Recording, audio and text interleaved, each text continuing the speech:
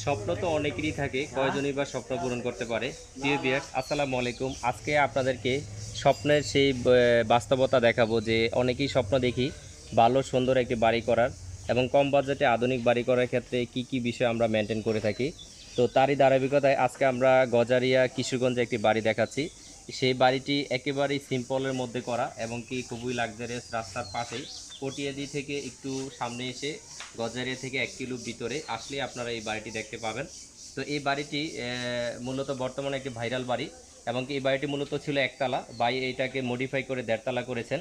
তো ভাই হচ্ছেন কায়ুম ভাই, খুবই পরিচিত লোক, এবং কি উনি ওনার স্বপ্নর আলোকে এই বাড়িটি করতে পেরে আলহামদুলিল্লাহ উনি নিজে স্যাটিসফ্যাকশন। তো আমরা আপনাদেরকে এই বাড়িটির ভিতর সহ সম্পূর্ণ বিষয়টা দেখাবো, ভিতরে কিভাবে ইন্টেরিয়র কাজ করা আছে এবং বাইরে কিভাবে করা আছে।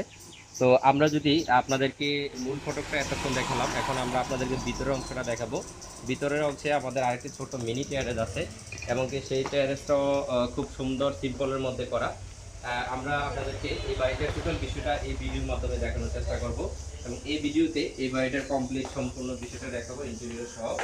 এই বাড়িটার ব্যাক সাইড থেকেও কিন্তু বাড়িটা অনেক সুন্দর। আমরা অনেকেই বাড়ির একটা অংশ সৌন্দর্য বৃদ্ধি করি, কিন্তু এই বাড়িটার টোটাল বিশ্বটাই অনেক সুন্দর করে সাজানো আছে, এবং খুব সিম্পলের মধ্যে বাড়িটা ডিজাইন করা আছে, এবং ব্যাক সাইডের যে জানালা আছে সেই জানালাটা কিন্তু ডিজাইন করা আছে।